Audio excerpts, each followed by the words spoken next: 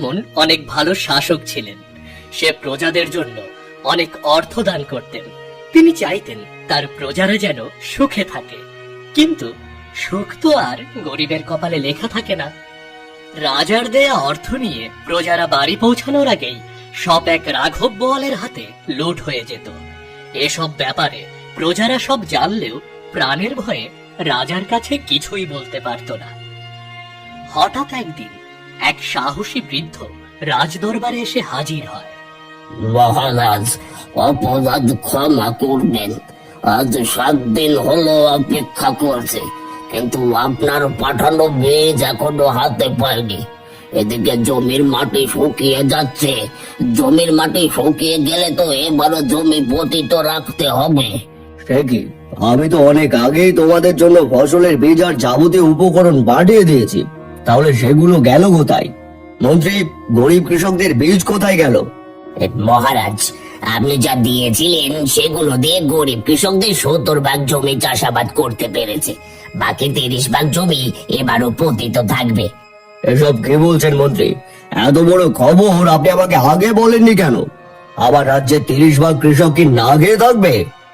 এসব কি বলছেন মহারাজ?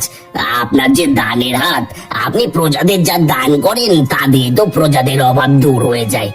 না মহারাজ, আপনার দানের অর্থ আমরা ঘরে নিতে পারি না।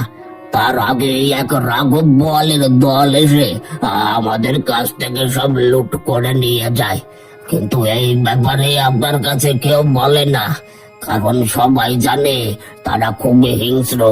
তাদের ব্যাপারে বললে সে আর বেঁচে থাকতে পারবে না। হয়তো আমি আর বেঁচে থাকতে পারবো না, কিন্তু আপনি কিছু একটা করুন মহারাজ, যাতে করে আমাদের মতো গরিবরা একটু শান্তিতে থাকতে পারে। এসব কি মন্ত্রী? আমার রাজ্যের প্রজাদের সাথে এত বড় ঘটনা আর আমি কিছুই জানি না? আমার রাজ্যের প্রজারা এত অশান্তিতে আছে, এই খবর আপনি আগে থেকে নেননি কেন? মহারাজ, আমার মনে হয় এই ব্যাটা মিথ্যে বলছে। আপনার রাজ্যে কার এত বড় সাহস আছে যে আপনার প্রজাদের অর্থ লুট করবে? না মহারাজ, আমি মিথ্যে বলছি না। আপনি আমাদের গ্রামে গেলে হয়তো আপনাকে কেউ সত্যটা বলবে না, কিন্তু আপনি সবার আর্থিক অবস্থা সম্পর্কে জানলে এমনিতেই বুঝতে পারবেন রাজ্যে সবাই কত কষ্টে আছে। ঠিক আছে, আমি আর সত্যতা যাচাই করব, আর এসব যদি সত্যি হয়ে থাকে তাহলে আমি এর উপযুক্ত ব্যবস্থা নেব। মন্ত্রী, তুমি এনাকে 1 কোটি ফসলের বীজ দিয়ে দাও। পুরো রাজ্যের বাদবাকি 30 ভাগ গরিব কৃষকদের কাছে বীজ পাঠানোর ব্যবস্থা করো। জি হুকুম মহারাজ। এই চলো। মহারাজের জয় হোক, মহারাজের জয় হোক।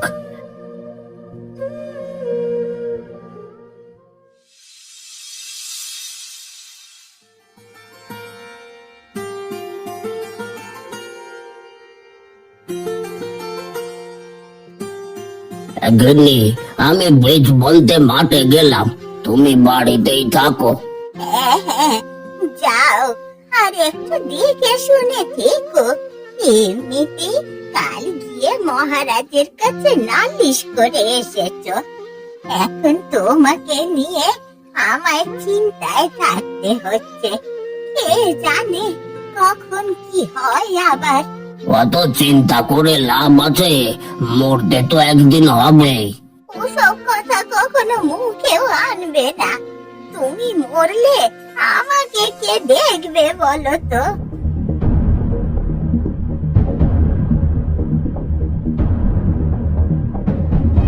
এ কি, তোমরা?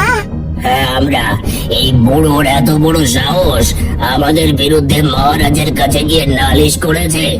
আজ পর্যন্ত যে সাহস কেউ করতে পারেনি, এই বুড়োটা তাই করেছে।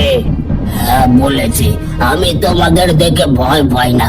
মনে রেখো, আমি বেঁচে থাকলে তোমাদের অপকর্মের ব্যাপারে মহারাজকে বলবোই। তাহলে তো তোকে বাঁচিয়ে রাখা যাবে না। তোকে বাঁচিয়ে রাখলে তোর মতো অনেকেই সাহস পেয়ে যাবে, তখন আর কেউ আমাকে দেখে ভয় পাবে না। না না, আমার স্বামীকে তোমরা কিছু করো না গো। সে আর তোমাদের ব্যাপারে মহারাজকে কিচ্ছু বলবে না। আমার স্বামীকে তোমরা মেরো না, মেরো না ওকে। এই দেখছিস কি, পুরোটাকে শেষ করে দে। না না, তোমাদের দোহাই লাগে গো, আমার স্বামীকে তোমরা মেরো না, আমার স্বামীকে মেরো না তোমরা। আমাদের আমাদের বড্ড ভুল হয়ে গেছে গো, আমার স্বামীকে তোমরা মেরো না বাবা। না না না, ওগো এসব কি হয়ে গেল? তুমি আমাকে ছেড়ে চলে গেলে গো। এবার এবার আমায় কে দেখবে? কে দেখবে বলো আমায়? এই বুড়িটাকে দেখার কেউ নেই, বুড়িটাকেও শেষ করে দে।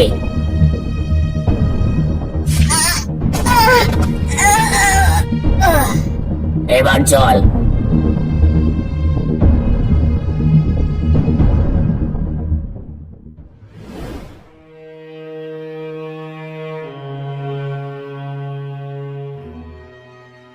মন্ত্রী, রাজ্যের অন্যান্য বিষয়ের খবর কি? প্রজারা কি ঠিক মতো খাবার জল পাচ্ছে? সবাই তো এবছরে কোনো ফসল পায়নি, তারা কি পেট ভরে খাবার খেতে পারছে? মহারাজ, আমি আপনার দেওয়া অর্থ সবার মধ্যে সমানভাবে বিলিয়ে দিয়েছি। তাছাড়া তাদের সকল জলের সংকট দূর করেছি। এখন রাজ্যের প্রজারা অনেক সুখে শান্তিতে আছে। ঠিক আছে, তাহলে আমি এক সপ্তাহের জন্য বিশ্রামে যেতে চাই।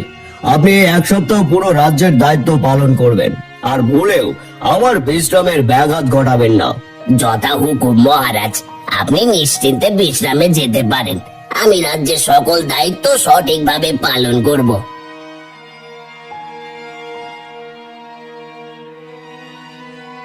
রাজা মন্ত্রীকে রাজ্যের সকল দায়িত্ব দিয়ে গোপনে ভিখারি সেজে গরিব প্রজাদের বাড়িতে গিয়ে তাদের খোঁজ নিতে থাকে। এই যে শুনছো, আমাকে কিছু খেতে দেবে? আমি অনেক ক্ষুধার্ত। খেতে দেব? খাবার কি গাছে ধরে যে খেতে দেব?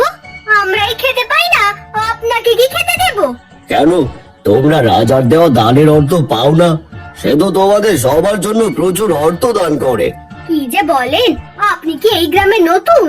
আপনি জানেন না রাজার দেওয়া অর্থ বাড়ি পৌঁছানোর আগেই রাঘব বোয়ালদের হাতে তুলে দিতে হয়। হ্যাঁ, আমি রাজ্যে নতুন এসেছি। তা তুমি কি বলবে সেই রাঘব বোয়ালটা কে? না না, আমি বলতে পারবো না। তাছাড়া সে তো মুখ ঢেকে আসে, আর যদি সে জানতে পারে আমি এ ব্যাপারে কাউকে কিছু বলেছি, তাহলে আমার আর রক্ষা থাকবে না। আপনি এখান থেকে চলে যান, আমি আপনাকে খেতে দিতে পারবো না। কে রাঘব বোয়াল, আমাকে খুঁজে বের করতেই হবে।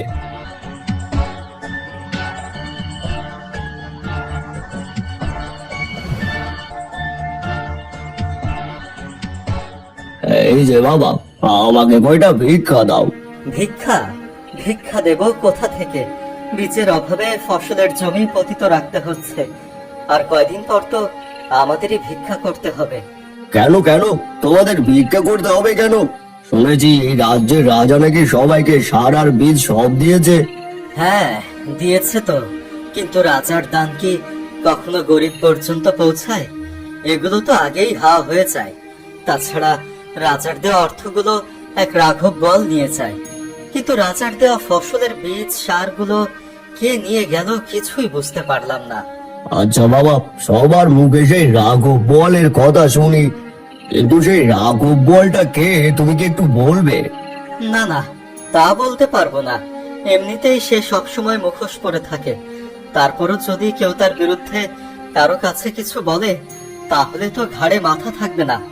এই যে গতকাল আমাদের গ্রামের রহিম চাচা মহারাজার কাছে গিয়ে বিচার চেয়েছিল, আজকে এসে রহিম চাচা ও তার স্ত্রীকে নির্মম ভাবে মেরে ফেলে রেখে গেছে। আমার রাজ্যের প্রজাদের সঙ্গে এত বড় অন্যায় হচ্ছে আর আমি কিছুই জানি না। না না না না না, যে করে হোক এর একটা ব্যবস্থা করতেই হবে। ওই রাঘব বোয়ালকে আমায় খুঁজে বের করতেই হবে। কিছু ভাবছেন? ভেবে লাভ নেই। আপনি রাজ্য ছেড়ে চলে যান, তাহলেই শান্তিতে থাকতে পারবেন। নয়তো এখানে কারো কাছে ভিক্ষাও পাবেন না। আবার যদি ওদের সামনে পড়েন, তাহলে আপনারও ক্ষতি হতে পারে।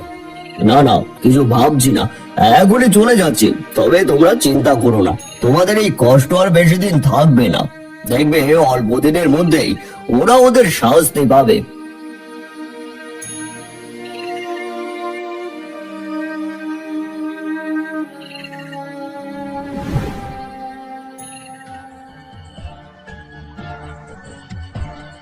ছাড়বে না, ছাড়বে না, ওরা কাউকে ছাড়বে না, ওরা তোকেও মেরে ফেলবে, ছাড়বে না, ছাড়বে না। এসব কি বলছেন আপনি? হ্যাঁ ঠিকই বলছি, ওরা ওরা কাউকে ছাড়বে না। যেমন ভাবে আমার আপনজনদের মেরে ফেলেছে তেমন করে সবাইকে মেরে ফেলবে, কাউকে ছাড়বে না, কাউকে ছাড়বে না। ওরা কারা যারা আপনার আপনজনদের সবাইকে মেরে ফেলেছে? সে এক রাঘব বোয়াল, মুখ ঢেকে ঘোড়া চালিয়ে টাকবাক করে আসে।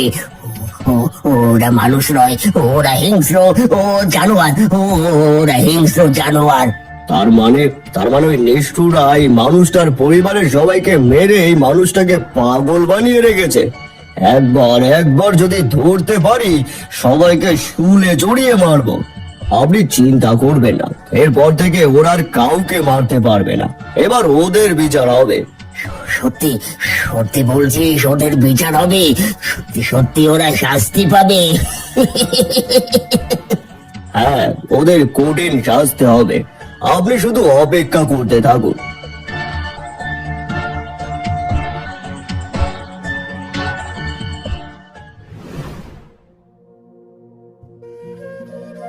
মহারাজ, আপনি শান্ত হন মহারাজ। আপনি এমন উত্তেজিত হলে কি করে এই রাঘব বোয়ালদের ধরবেন আপনি? কি করে শান্তি হব রানী? আমার রাজ্যের প্রজাদের কষ্টের কথা শুনলে নিজেকে আর ধরে রাখতে পারি না।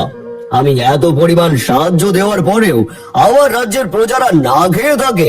তাদের উপর চলে অন্যায় অত্যাচার।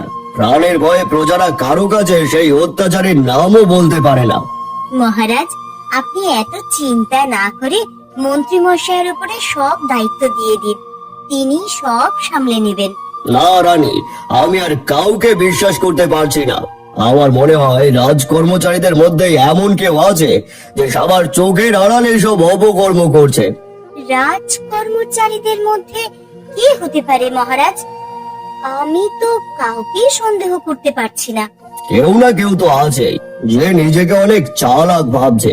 আমি তার চালাকি ধরেই ছাড়বো, তারপর তাকে উপযুক্ত শাস্তি দেব। ঠিক আছে, এবার কিছু মুখে দিয়ে খানিক বিশ্রাম নিন। সারাদিন তো কিছুই মুখে দেননি মহারাজ। না রানী, আমি এখন কিছুই মুখে দেব না। কাল থেকে আমি রাজ্যের প্রতিটা জায়গায় ঘুরে বেড়াবো। কোনো না কোনো সময় ওদেরকে আমার সামনে আসতেই হবে। ঠিক আছে, তাহলে এবার আপনি বিশ্রাম নিন।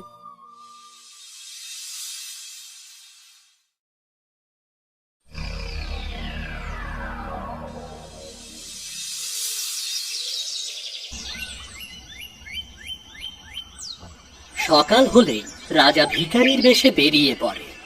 এরপর রাজা গিয়ে এক গরিব প্রজার বাড়িতে উপস্থিত হয়।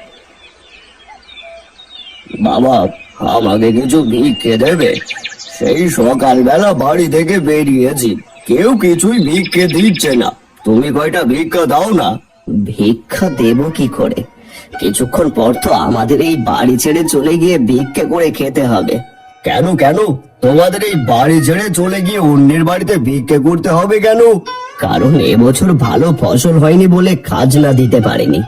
কিন্তু মহারাজ নাকি ঘোষণা করেছেন 7 দিনের মধ্যে সব খাজনা পরিশোধ করতে হবে, নয়তো বাড়ি ছেড়ে চলে যেতে হবে। কি, মহারাজ এমন কথা বলেছে? কিন্তু মহারাজ তো এবছর খাজনা মওকুফ করার কথা বলেছিল। হ্যাঁ, মহারাজ নাকি কালই ঘোষণা দিয়েছেন, কিন্তু আমি তো বুঝতেই পারছি না। মহারাজ তো এমন মানুষ না, সে তো আমাদের খুবই ভালোবাসে, আর সবকিছু করে তো এই রাঘব বোয়ালটা। বাবা, আমি তো এই রাজ্যে নতুন, সবার মুখে শুধু সেই রাঘব বোয়ালের কথা শুনি। তুমি কি বলতে পারবে সেই রাঘব বোয়ালটা কে? না না, আমি মুখে বলে আর পড়তে চাই না, তবে আর কিছু সময় অপেক্ষা করলে আপনি তাকে দেখতে পাবেন, কিন্তু তারা এসে আপনারও ক্ষতি করতে পারে। আমার আর কি ক্ষতি করবে? আমি তো এমনিতেই নিঃস্ব।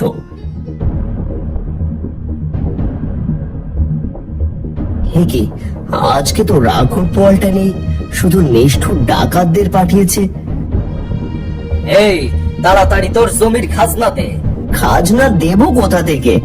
এবার তো জমিতে কোনো ফসল হয়নি, তাছাড়া রাজার দেওয়া অর্থগুলো তোমাদের হাতেই তুলে দিয়ে এসেছি, এখন খাজনা দেব কোথা থেকে? কোথা থেকে দিবি তুই ভালো জানিস। তাড়াতাড়ি খাজনা বের কর, মহারাজের হুকুম, খাজনা দিতেই হবে। তোমরা কারা? তোমাদের দেখে তো রাজ কর্মচারী মনে হয় না। এই ভিখারির বাচ্চা, আমরা কারা তোকে বলতে হবে? আমাদের সম্বন্ধে এর আগে কখনো শুনিসনি? না, শুনিনি, শুধু শুনেছি তোমরা নাকি অনেক হিংস্র। হ্যাঁ, আমরা অনেক হিংস্র, আর এটুকু জেনে রাখ, তার বেশি জানার দরকার নেই। আর শোন, আমরা এই রাজ্যের রাজার কথাই চলি না, আমরা আমাদের মহারাজের কথাই চলি। বাবা, আমার খুব জানার ইচ্ছে, তোমাদের সেই মহারাজটাকে। খবরদার, আর কখনো এমন ইচ্ছার কথা বলবি না, নয়তো তোকেও মেরে এই গ্রামের মাঝে ঝুলিয়ে রাখবো। এই, তুই তাড়াতাড়ি খাজনা দে, নয়তো এখনই বাড়ি ছেড়ে চলে যা। খাজনা দেবো কোথা থেকে? আমরা এখনই বাড়ি ছেড়ে চলে যাচ্ছি। না না, তোমরা যাবে কেন? আচ্ছা, আমি যদি এদের খাজনা পরিশোধ করে দিই, তাহলে কি এদেরকে ছেড়ে দেবে? তুই একটা ভিখারি হয়ে কি করে এদের এত টাকা খাজনা পরিশোধ করবি? আমি আমার সারা জীবনের সঞ্চয় আমার সঙ্গে রেখেছি, তা দিয়ে তোমাদের খাজনার টাকা পরিশোধ হয়ে যাবে। তোমরা চাইলে এদের পরিবর্তে খাজনা আমি দিয়ে দেব। ঠিক আছে, তুই যদি ওদের খাজনা পরিশোধ করতে পারিস, তাহলে ওদেরকে বাড়ি ছেড়ে যেতে হবে না। এখানে অনেক পয়সা আছে, আশা করি এগুলো দিয়ে হয়ে যাবে। হ্যাঁ, তাই তো দেখছি, এখানে তো অনেক পয়সা। ঠিক আছে ঠিক আছে, এর বিনিময়ে ওদের ছেড়ে দিলাম। এই, তোরা চল।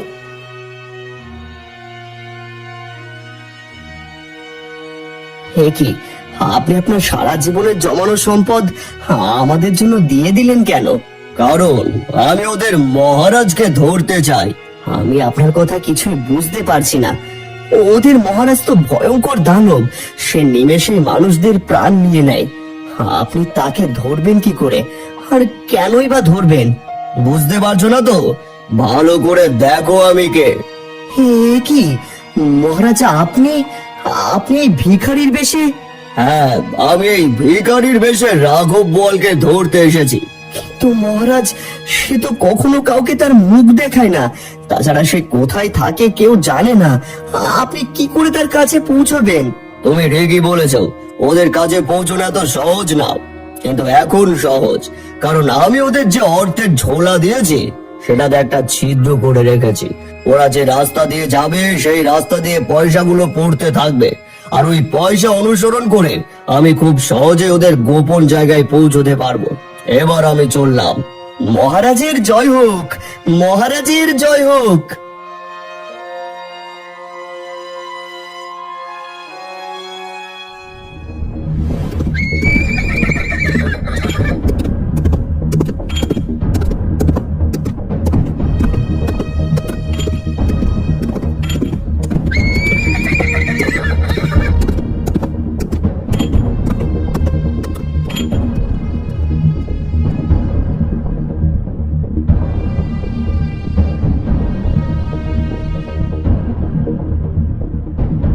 মহারাজ, আজকে গ্রামের সবার খাজনা আদায় করে নিয়ে এসেছি। তোরা তোরা সত্যি অনেক কাজের, চিন্তা করিস না, আমি এবার সত্যি সত্যি রাজা হব, আর তোরা হবি আমার প্রধান উপদেষ্টা। যা যা, এবার অর্থগুলো জায়গা মতো রেখে দে, আর কদিন পর রাজার সাথে যুদ্ধ করার জন্য সেনা সংগ্রহের কাজ শুরু করব, তখন এই অর্থ আমাদের কাজে লাগবে। ঠিক আছে মহারাজ।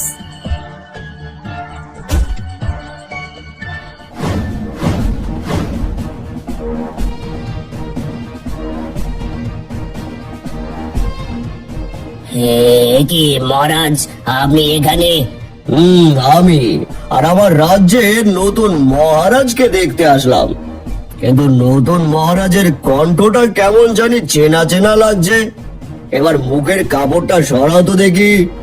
না না, মুখের কাপড় সরানো যাবে না, আপনি আমাদের ক্ষমা করে দিন, আমাদের ভুল হয়ে গেছে, আমরা কোনোদিন আর এমন কাজ করব না।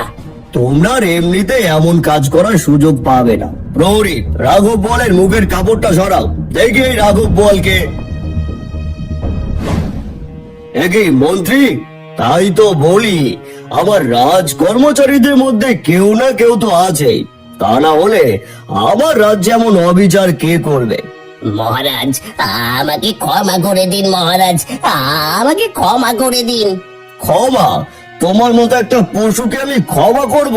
তুমি আমার রাজ্যের নিরীহ মানুষদের নির্দ্বিধায় হত্যা করেছ, এবার তোমাদের সবাইকে শুলে ছড়িয়ে মারবো। প্রহরীরা দেখছো কি?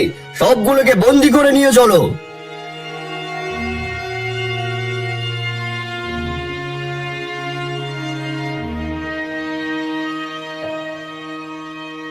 রাজা তার বুদ্ধি ব্যবহার করে রাজ্যের সেই গোপন রাঘব বোয়ালকে ধরে ফেলে, যার ফলে রাজ্য থেকে সকল অশান্তি দূর হয়ে যায়। এরপর থেকে প্রজারা সুখে শান্তিতে বসবাস করতে থাকে।